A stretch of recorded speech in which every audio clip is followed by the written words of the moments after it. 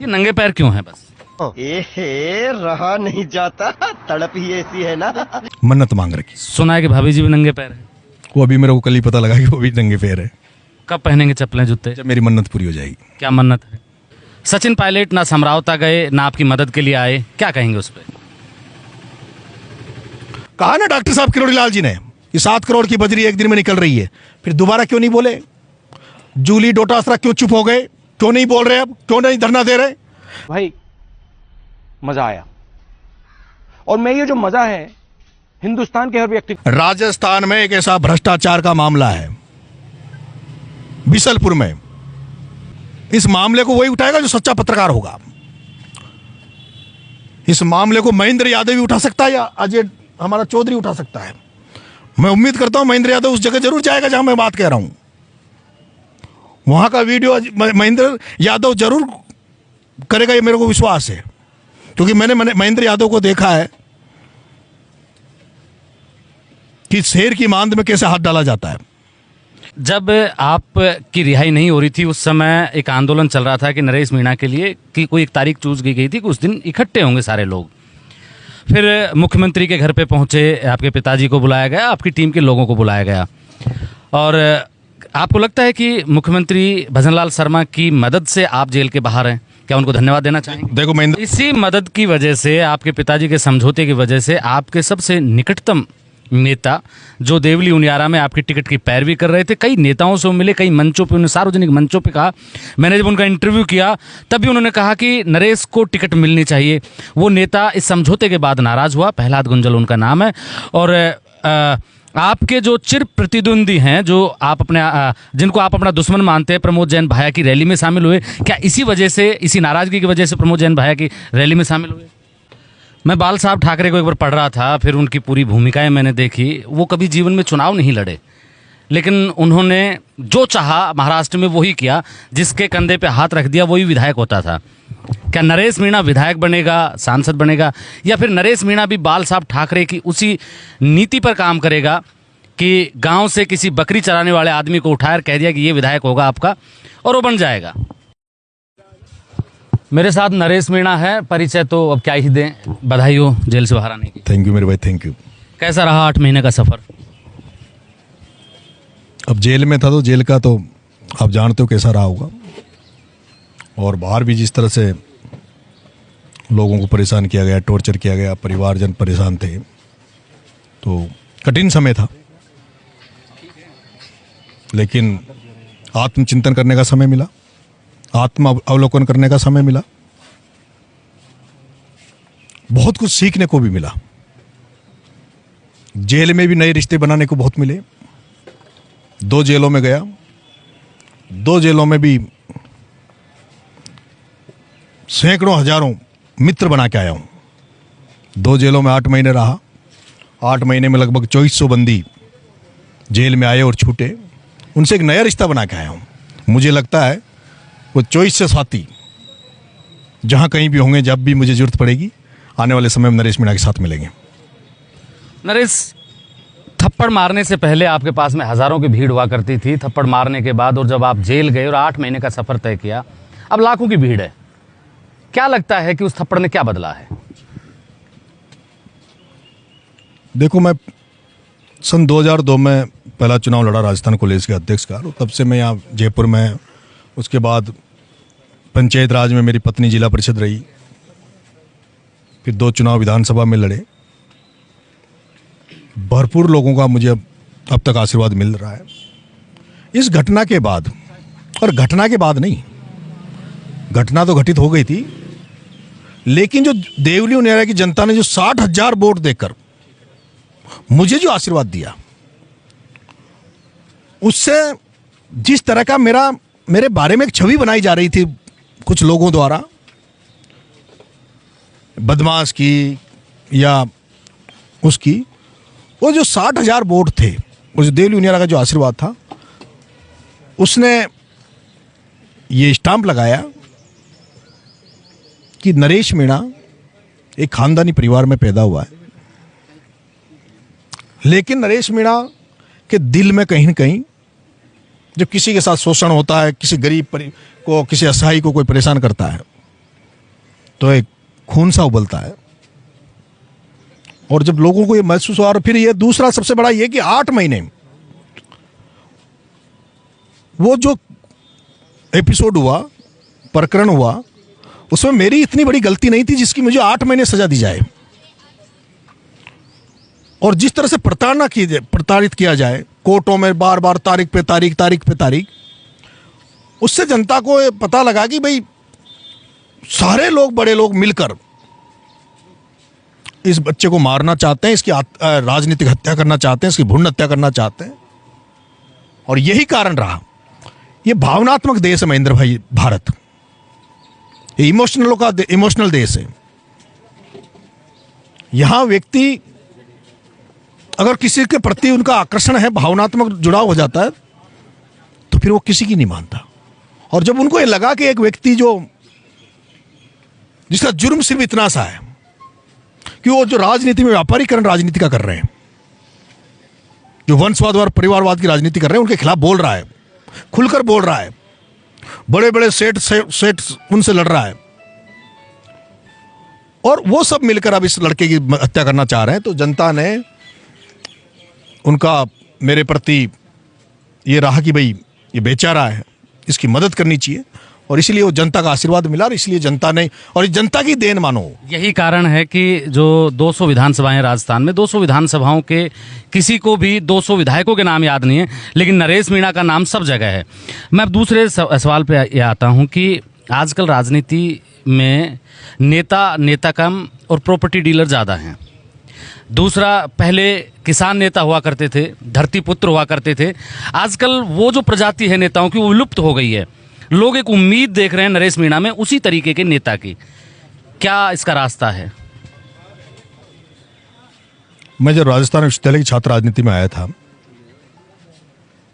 तब भी मेरा मन था, मेरे आने से पहले राजस्थान विश्वविद्यालय के अध्यक्षों की लिस्ट उठा के देखना, आप उनमें देखना, उनके नाम देखना। और जब आपके भाई 2010 में जब ताकत में आया, क्योंकि 2004 में मैं चुनाव विश्वविद्यालय का लड़ा था, हार गया था, उसके बाद चुनाव भी बंद कर दिए गए थे। चुनाव इसलिए बंद कर दिए गए थे कि नरेश मीणा जैसा व्यक्ति अध्यक्ष नहीं बन जाए विश्वविद्यालय का। उस समय 2004 में वो चुनाव भी बहुत बड़ा चुनाव था, निर्दलीय लड़ा था। उसके बाद जब 2010 से जब चालू राजस्थान विश्वविद्यालय में चुनाव हुए, तो एक मन था, कॉलेज यूनिवर्सिटी में भी जो गांव के बच्चे आते थे, मुरझाए चेहरे, घी की पीपी लेके आते थे बेचारे, बोरी बिस्तर बांध करके जयपुर में जा रहे हैं, पढ़ाई करेंगे, नौकरी लगेंगे, माँ बाप के सपनों को पूरा करेंगे। उन जब बच्चों को उनकी जो शक्ल सूरत को देखकर विश्वविद्यालय में लगता था कि इनके लिए लड़ना चाहिए, और फिर लगा कि इनमें से ही किसी को नेता बनना चाहिए। और वो शुरुआत आपके भाई ने करी। राजस्थान विश्वविद्यालय में 2010 में पहला विश्वविद्यालय का अध्यक्ष जब चालू चुनाव हुए, तो मनीष यादव बना, उसके सहयोग की भूमिका में फ्रंट पे रहे। 2011 में प्रभा चौधरी राजस्थान विश्वविद्यालय की पहली लड़की अध्यक्ष बनी, थर्ड मोर्चा बनाकर उसकी भूमिका में रहे। उसके बाद देखो ना, आप जो अध्यक्ष बन रहे हैं वही बन रहे हैं जो गांव और दूर दराज से आते हैं, किसानों के बच्चे हैं। 2 दलितों के बेटे जो कभी चुनाव लड़ने की नहीं सोचते थे राजस्थान विश्वविद्यालय में खड़ा होने की नहीं सोचते थे दलितों के, पूजा वर्मा, विनोद जाखड़ बने। वो नरेश की देन है। सामाजिक गठजोड़ करना, ग्रामीण परिवेश के लोगों को फ्रंट फुट पे लाना, ये लक्ष्य है, ये मन में है कि जब कहीं भी किसी लायक बनेंगे तो जिन लोगों को मौके नहीं मिल रहे, जो लोग बेचारे पीछे रह गए, उनको आगे लाएं। मैं बाल साहब ठाकरे को एक बार पढ़ रहा था, फिर उनकी पूरी भूमिकाएं मैंने देखी। वो कभी जीवन में चुनाव नहीं लड़े, लेकिन उन्होंने जो चाहा महाराष्ट्र में वही किया, जिसके कंधे पे हाथ रख दिया वही विधायक होता था। क्या नरेश मीणा विधायक बनेगा, सांसद बनेगा, या फिर नरेश मीणा भी बाल साहब ठाकरे की उसी नीति पर काम करेगा कि गांव से किसी बकरी चराने वाले आदमी को उठाकर कह दिया कि ये विधायक होगा आपका, और वो बन जाएगा? बाला साहेब ठाकरे की शिवसेना पार्टी थी और वो बहुमत में आ गई थी महाराष्ट्र में, और बाला साहेब ठाकरे चाहते तो मुख्यमंत्री होते, एमएलए एमपी नहीं, महाराष्ट्र के मुख्यमंत्री होते। लेकिन बाला साहेब ठाकरे को जिस महाराष्ट्र ने जो आशीर्वाद प्यार दिया था, शिवाजी के बाद में किसी को पूजा जाता, किसी की पूजा की जाती है, तो बाला साहेब के जिंदा रहते हुए लोग पूजा करते थे उनकी। महाराष्ट्र में मैं बॉम्बे गया एक बार, आईआईटी में मेरे बड़े भाई आईआईटी कोचिंग कर रहे थे, तो मैंने वहाँ जब देखा तो महाराष्ट्र के लोग उनकी जिंदा रहते हुए व्यक्ति की पूजा करते थे। बाला साहेब ठाकरे को ये पता था कि अगर मैं मुख्यमंत्री बन गया तो मैं सबकी अपेक्षाओं पे खरा नहीं उतर पाऊंगा। मानवीय है और मानव से गलती होती है। मुझे लगता है कि वो मसीहा बनने के लिए पैदा हुए थे, नेता बनने के लिए नहीं। यही कारण था कि उन्होंने खुद मुख्यमंत्री नहीं बनकर किसी को बनाया। लेकिन जब बाला साहेब ठाकरे जब स्वर्ग सिधारे, उनकी जो शव यात्रा थी उसमें 20 लाख लोग थे महेंद्र भाई। मैंने लाइव देखा था, मैं पढ़ रहा था उस समय कॉलेज। हिंदुस्तान का अगर सबसे बड़ा जिसकी अंतिम यात्रा रही तो बाला साहेब ठाकरे की हुई थी। लालू यादव, मुलायम सिंह यादव, ममता बनर्जी, उस धारा पर चलना चाहता हूं। कितना चल पाऊंगा, कितना सफल होऊंगा, कितना असफल होऊंगा, ये जनता के आशीर्वाद के ऊपर है। लेकिन प्रयास करूंगा कि उसी तरफ आगे बढ़ूं। मैं राजनीति, क्योंकि आप नेता हैं तो मैं सियासत की बात कर लेता हूं सीधे सीधे। सचिन पायलट ना समरावता गए, ना आपकी मदद के लिए आए, क्या कहेंगे उस पर? पायलट साहब राष्ट्रीय नेता हैं कांग्रेस पार्टी के। पायलट साहब, मुझे ऐसा लगता है कि वो कई बार कंट्रोवर्सी जहां हो किसी तरह की, उससे वो दूर रहते हैं। और इसी कारण से राजस्थान में सर्व समाज, सब लोग पायलट साहब को पसंद करते हैं। मैं उनका फॉलोवर था, मैं उनको पसंद करता था। जब गुजर मीणा मूवमेंट राजस्थान में चल रहा था, लोग मारकाट पे उतारू थे, आपस में गाली गलौज कर रहे थे, तब उस दौर में, उस आंदोलन में भी पायलट साहब ने एक शब्द भी मीणा समाज के खिलाफ नहीं बोला। जब वो एसएमएस आए, वहाँ जो डेड बॉडियाँ थी गुजर समाज की, तो जब वो उनसे वहाँ आए तो गुजर समाज के लोगों ने उनके वो गालियाँ तक दी, कपड़े तक फाड़े, बोल क्यों नहीं रहा। तो उसने कहा कि मैं आपके साथ हूँ, गुजर समाज के साथ हूँ, पर मैं मीणा समाज के खिलाफ नहीं हूँ। मेरे मामले में भी ऐसा हो गया था शुरुआत में कि शायद कि नरेश जो एपिसोड हुआ उसमें जाट समाज नाराज है, और वो था भी। देखो, उनको लगा होगा कहीं नुकसान हो जाएगा, किसी तरह का कुछ बात हो जाएगी। दूसरा निर्दलीय था, कांग्रेस की जमानत जब्त करा के आया था। उन पे छबड़ा में भी आरोप लगा, यहां भी आरोप लगा कि नरेश मीणा को तो सचिन पायलट ही खड़ा करता है। तो हो सकता है वो इसलिए भी नहीं आए होंगे कि पहले से टेक तो लगा हुआ ही है, और पूरा ऊपर लगा देंगे कि देखो नरेश मीणा जो हो रहा है, जो सचिन पायलट करवा रहा है। हो सकता है इसलिए नहीं आए होंगे। राजनीति में कई बार इतने बड़े ओहदे पे जाने के बाद बहुत सारी जिम्मेदारियां बहुत सारे करते हुए रहते हैं, वो उनको निर्वहन कर रहे होंगे, इसलिए नहीं आए होंगे। आपके जेल जाने के बाद में अशोक गहलोत का एक ट्वीट देखा था, शायद मैंने, या कहीं कोई बयान सुना था। वो कह रहे थे कि किसने इसको चुनाव लड़वाया। वो इशारा पायलट साहब की तरफ ही था, और इनको पार्टी में लेके आए, इसीलिए पायलट साहब नहीं आए होंगे। भाई, राजनीति में नरेश मीणा की गारंटी कौन ले? ये सबसे बड़ा सवाल है। अब ये चाहे कि मैं कहूं जो ही करे, मैं कहूं जिसके साथ ही खड़ा रहे, तो ये ऐसा तो नरेश नहीं कर सकता। नरेश तो खुला है, जो मन में आएगा, आत्मा में आएगा, जो जनता चाहेगी वो करेगा। तो आपको जब टिकट देने की बात आ रही थी देवली उनियारा में, तो ऐसा कहा जा रहा है कि गोविंद सिंह डोटासरा ने सबसे ज्यादा पेच फंसाया था। नहीं नहीं, ये आपकी गलत है। पायलट साहब मेरी मदद इसलिए नहीं करते थे, जो देवली उनियारा का मामला आया, उनको ये लगता था कि मैं जैसे इसका नाम आगे बढ़ाऊंगा सारे खिलाफ हो जाएंगे इसके। मैं उनसे मिला था, लेकिन जैसे ही गुंजल साहब ने जो मेरे लिए उस समय प्रयास किए थे टिकट के लिए, तो डोटासरा जी ने मेरे से कहा था कि देवली उनियारा में 19-20 हो जाए तो हम दौसा के बारे में सोच सकते हैं। तो मौलाना साहब मैं चुनाव लड़ने के लिए तैयार हूँ। मैंने उनको कह दिया था भाई मैं दौसा भी चुनाव लड़ने के लिए तैयार हूँ।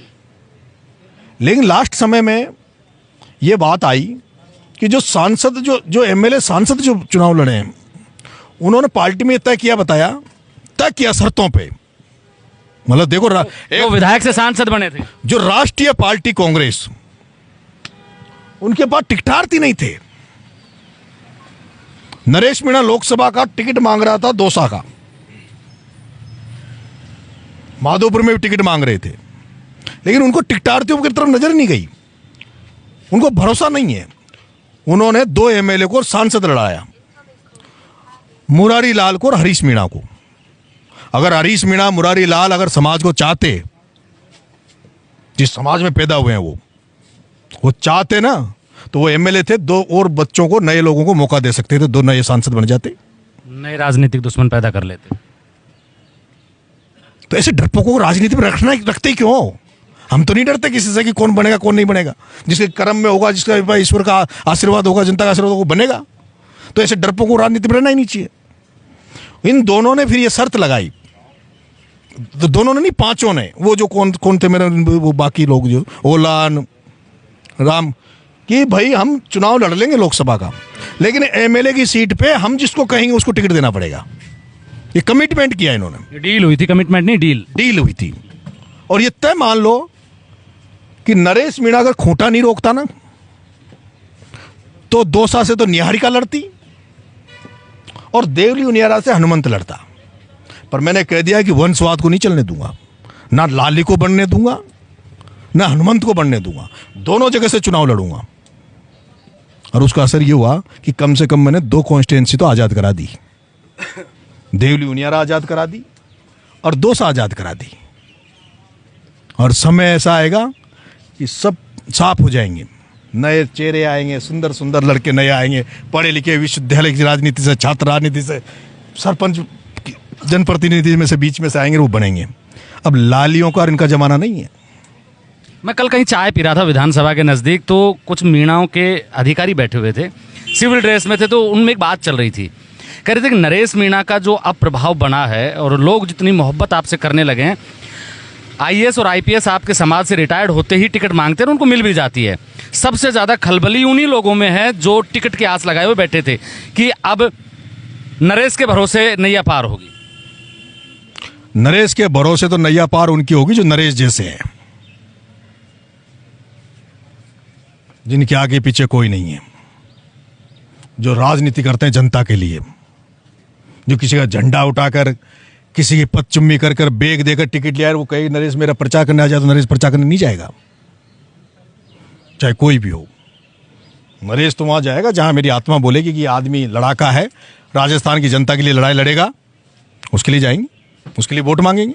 एक दौर था जब मीणा और गुजरों में बड़ी खाई थी, नरेश मीणा ने धीरे धीरे उसको पाटने की कोशिश की। मैं अब भी देखता हूं कि आपका ड्राइवर गुजर होता है, आपके पीछे बैठने वाला अबरार होता है, आपके साइड में बैठने वाला, पीछे की साइड में बैठने वाला जाट होता है। और जब जैसे आप जेल से निकले, सबसे पहले आप समरावता गए, वहां से सीधा देवपुरिया धाम गए। क्या रणनीति है ये, क्यों ऐसा कर रहे हो? देखो, लोगों ने खूब फूट डाल ली, खूब राज कर लिया। जिनके 200 वोट नहीं है वो राज कर रहे हैं। हमारे लाखों में वोट होने के बावजूद भी हम मजदूरियां कर रहे हैं, भिखारी की तरह टिकट मांगते डोल रहे हैं। कोटा, बारा, बूंदी, झालावाड़ में 4 लोग राज कर रहे हैं। कोटा, बारा, बूंदी, झालावाड़ 4 जिलों में 4 लोग राज कर रहे हैं। एक का नाम है ओम बिरला जी, जो लोकसभा स्पीकर हैं। दूसरे का नाम है शांति धारीवाल जी। तीसरे का नाम है प्रमोद जैन भाया। और चौथे का नाम है प्रताप सिंह सिंघवी। प्रताप सिंह सिंघवी 7 बार का एमएलए, प्रमोद जैन भाया 2 बार, 3 बार लोकसभा लड़ लिया, 2 बार लुगाई को लड़ा लिया, खुद लड़ लिया। ओम बिरला जी, शांति धारीवाल जी, वहां मर गए क्या धाकड़? वहां हाड़ौती में सबसे बड़ी संख्या धाकड़ समाज की है, किसानों में। मर गए क्या धाकड़? मर गया क्या वहां का गुजर? मर गया क्या मीणा? मर गया क्या माली? कोटा में जहां 70,000 वोट मुस्लिमों के हैं, 70,000, वहां तो धारीवाल चुनाव लड़ेगा। और जहां 10,000 मुस्लिम वोट नहीं है वहां नईमुद्दीन गुड्डू मुसलमान को बलि का बकरा बनाने के लिए चुनाव लड़ाया जाएगा और 3 बार हरा दिया जाएगा, खुद सेफ जोन में।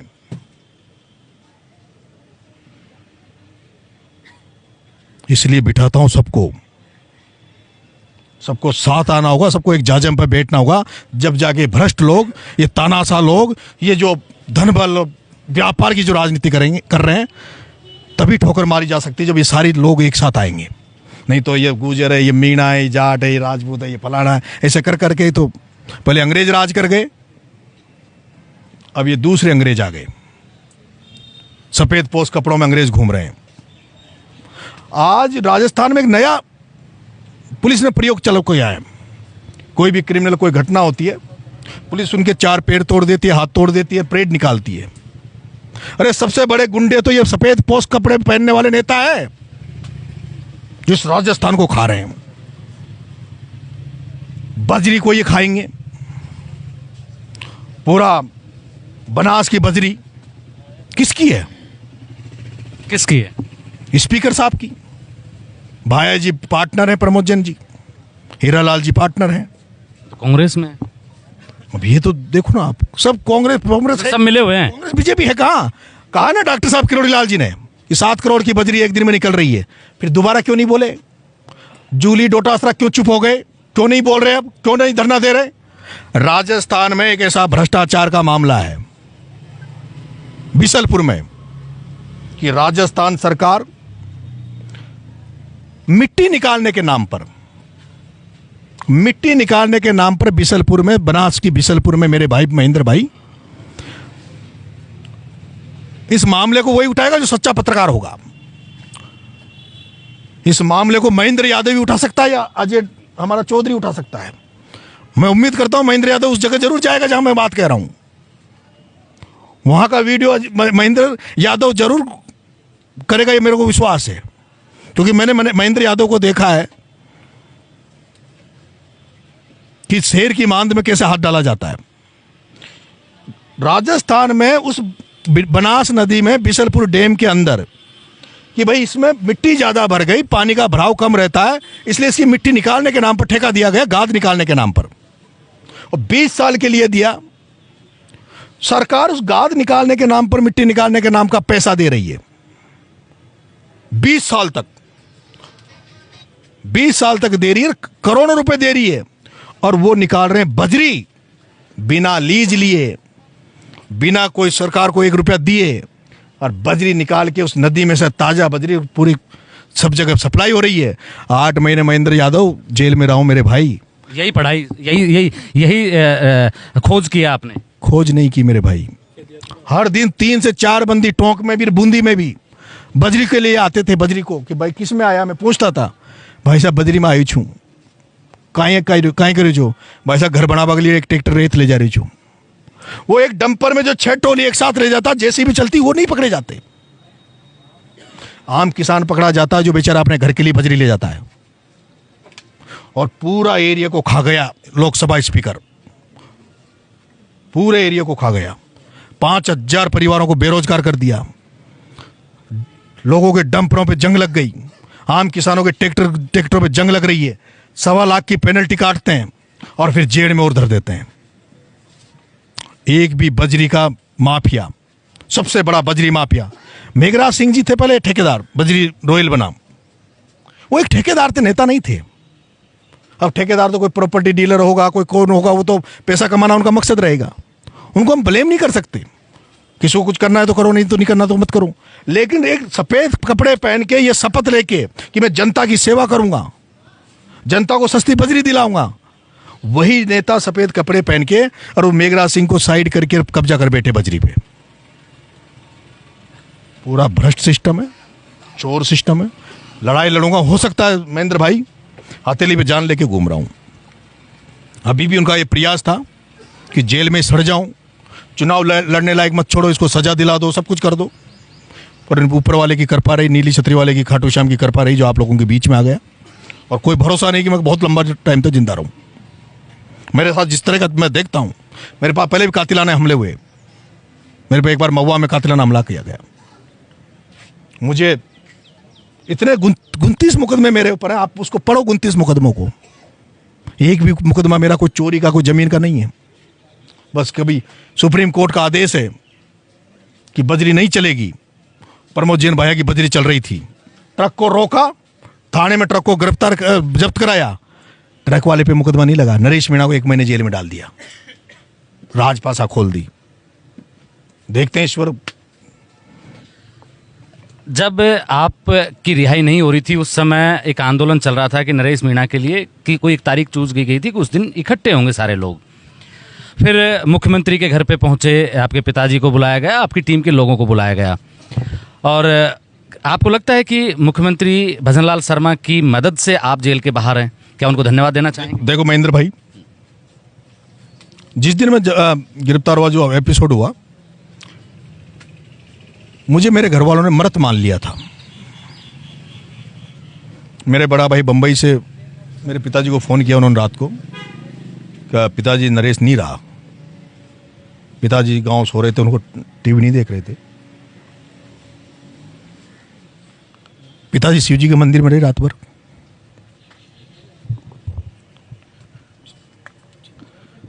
और क्या क्या गुजरी है, मेरा पंप बंद कर दिया, मेरा एक ब्लॉक का काम है वो बंद कर दिया, मां सरपंच है जांच बैठा दी, जांच बिठा दी, मेरे साथियों को सबको उठा लिया, पूरा भूचाल आया हुआ था राजस्थान में। जनता आक्रोशित थी, जनता गुस्सा निकालना चाहती थी जयपुर में आके। मेरे पिता ने जब गांव में जाके देखा तो उसको लगा कि जनता में जो आक्रोश है, अगर ये जनता जयपुर गई तो 100% कोई न कोई जनानी हो सकती है। बेटा जेल में पड़ा है, हर बाप की इच्छा रहती है कि मेरा बेटा जेल से बाहर आ जाए, और अगर गलती से बेटा जेल में कोई अनहोनी हो गई तो सारा कलंक लग जाएगा परिवार पे। वो जो कंडीशन थी, उसी दौरान जब जनता का प्रभाव दबाव पड़ा, आईपी ने रिपोर्ट दी कि 5 लाख जनता आ रही है, जनहानि हो सकती है, देश का सबसे बड़ा आंदोलन बन सकता है।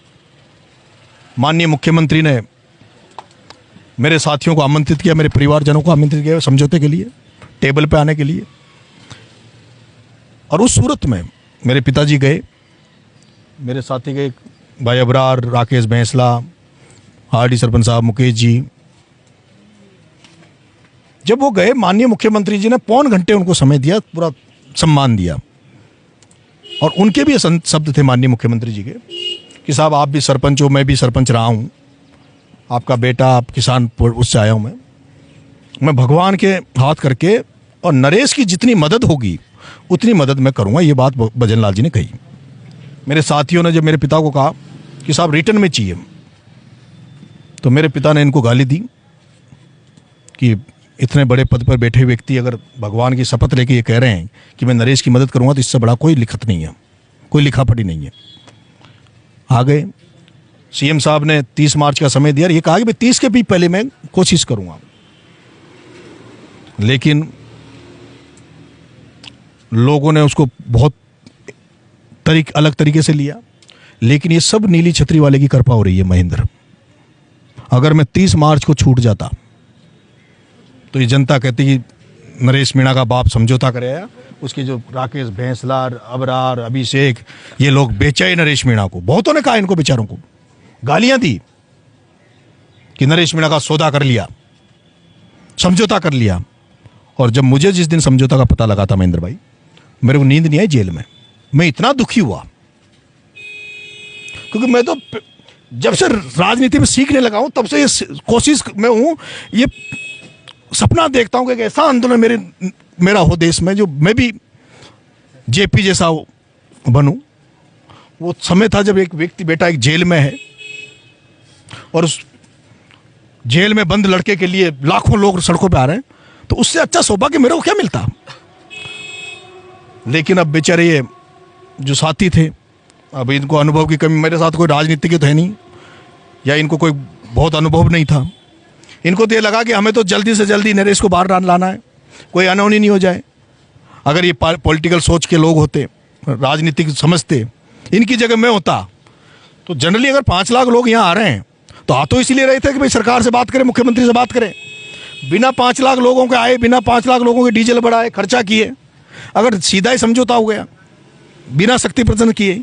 लेकिन राजनेता होने के नाते मैं होता तो मैं तो ये करता कि समझौता तो होता, लेकिन वो मंच पे होता, वो 5 लाख जनता के बीच में होता। 5 लाख जनता ये कहती कि भाई हमारी वजह से समझौता हुआ। जनता खुद खुददार होती है, स्वाभिमानी होती है। उस समय जनता को लगा कि भाई हमारे साथ, क्योंकि मेरे साथ जनता ने मुझे अपना मान लिया था, बेटा मान लिया था, भाई हमें उसको निकालना है, चाहे कुछ भी करना पड़े। लेकिन आपने जब सवाल पूछा है, आज स्थिति है कि निकलने के बाद भी लोग ये नहीं चाहते कि मैं भजनलाल जी की तारीफ करूं। लेकिन मैं इस पेड़ के नीचे हूं, पेड़ को अपने देवता ही माना जाता है। देवता माना जाता है। मैं जो हूं, सच्चा हूं, ईमानदार हूं, मैं कभी झूठ नहीं बोलता। राजनीति में भी मैं यही प्रयास रहता है कि ईमानदारी से हूं। भजनलाल जी ने मेरी जो मदद करी वो कोई नहीं कर सकता, लेकिन भजनलाल जी ने भी विपरीत परिस्थितियों में मेरी मदद की, इसलिए उनका एहसान है। उन्होंने मेरी मदद तो करी, लेकिन विपरीत परिस्थितियों में मेरे मामले में तो भजनलाल जी को भी नीचा दिखाने का प्रयास किया गया, एक खेमे द्वारा कि अगर 30 तारीख को नरेश मीणा निकल जाएगा तो भजनलाल जी मजबूत हो जाएंगे, उनको जनता धन्यवाद देगी। भजनलाल जी ने जो भी सरकारी पीपी होते हैं, जो भी उनकी मदद होती है, जो भी मुआवजा होता है, वो हर संभव प्रयास किया।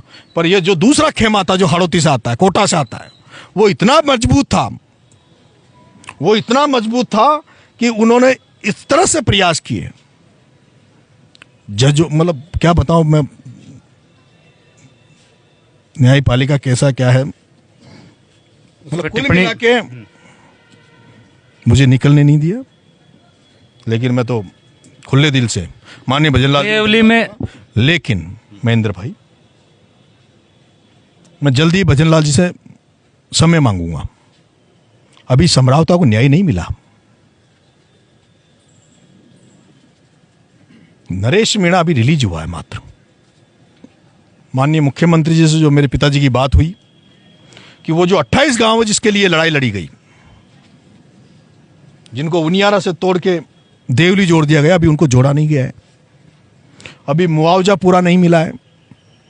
अभी मेरे मुकदमे वापस नहीं हुए जो कांग्रेस सरकार में भाया ने लगाए थे। मुख्यमंत्री जी ने वादा किया था, लेकिन अब मैंने आपको जब मुख्यमंत्री जी का धन्यवाद दे दिया तो हो सकता है मुख्यमंत्री जी के ऊपर भी कितना दबाव आ जाए उन लोगों का कि तुमने तो इनको मदद कर रहे हो। लेकिन अपन तो सच्चे आदमी, वो मदद कर पाए कि नहीं कर पाए, आगे क्या होगा क्या नहीं होगा। इसी मदद की वजह से, आपके पिताजी के समझौते की वजह से, आपके सबसे निकटतम नेता जो देवली उनियारा में आपकी टिकट की पैरवी कर रहे थे, कई नेताओं से मिले, कई मंचों पे, उन्होंने सार्वजनिक मंचों पे कहा। मैंने जब उनका इंटरव्यू किया तब भी उन्होंने कहा कि नरेश को टिकट मिलनी चाहिए। वो नेता इस समझौते के बाद नाराज हुआ, प्रहलाद गुंजल उनका नाम है। और आपके जो चिर प्रतिद्वंदी हैं, जो आप अपने जिनको आप अपना दुश्मन मानते हैं, प्रमोद जैन भाया की रैली में शामिल हुए। क्या इसी वजह से, इसी नाराजगी की वजह से प्रमोद जैन भाया की रैली में शामिल हुए? देखो, मेरी बात नहीं हुई, क्यों हुए कि नहीं हुए, लेकिन मैं पूछूंगा जरूर कि भाई साहब, जिस तरह से आप बिरला जी और धारीवाल जी से प्रताड़ित हो, वैसे नरेश मीणा भी प्रताप सिंह सिंघवी और प्रमोद जैन भाया से प्रताड़ित है। अगर आप प्रमोद जैन भाया की मदद कर सकते हो तो फिर नरेश मीणा बिरला से क्यों लड़ाई लड़े? मैं गुंजल साहब के लिए नहीं गया था चुनाव में, मैं तो उस हाड़ौती को आजाद कराने गया था लोकसभा चुनाव में। पूरी दम से लड़ा, 5 लाख से जीत रहा था, जो 40,000 रुपये टिका दिया। 250 करोड़ रुपए खर्च हुए।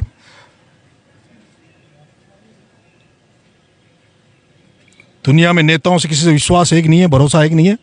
गुंजल साहब पे मुझे बहुत भरोसा है। उन्होंने जिस तरह से मेरा साथ दिया, जिस तरह से उन्होंने मेरा साथ दिया, कोई नहीं दे सकता। आउट ऑफ जाके, हाँ, कांग्रेस पार्टी में रहते हुए भी आपकी रैलियों में शामिल हुए, आउट ऑफ जाके उन्होंने मेरी मदद करी। एहसान रहेगा उनका जिंदगी भर। लेकिन आपको मैं महेंद्र भाई ये भी बता दूं, ये सारा जो हुआ ये केवल इसीलिए हुआ कि मैं कोटा लोकसभा में इतना मुखर होकर लड़ा। आए थे जिस दिन अमित शाह आए थे कोटा में, उस दिन मेरे पास भी ऑफर आया था एक मंत्री का, अभी मंत्री का, कैबिनेट मिनिस्टर का, नरेश लाल बत्ती तैयार है, अगला टिकट तैयार है, ज्वाइन करवा देते हैं अमित शाह के साथ। मैं ही कर लेता। मेरा कोई समझौता कभी नहीं हो सकता, नरेश मीणा झुक नहीं सकता। जो सीएम साहब से भजन लाल जी से मेरे पिताजी का समझौता हुआ था, वो समझौता हुआ था कि आंदोलनों आप स्थगित कर दो, हम आपकी मदद करेंगे, ये समझौता था। ये नहीं था कि नरेश मीणा को भारतीय जनता पार्टी ज्वाइन करा दो या दुपट्टा पहना दो। लेकिन उस खेमे का तो ये प्रयास था कि नरेश मीणा को इतना प्रताड़ित कर दो। मेरे पास भेजे उन्होंने आदमी, बूंदी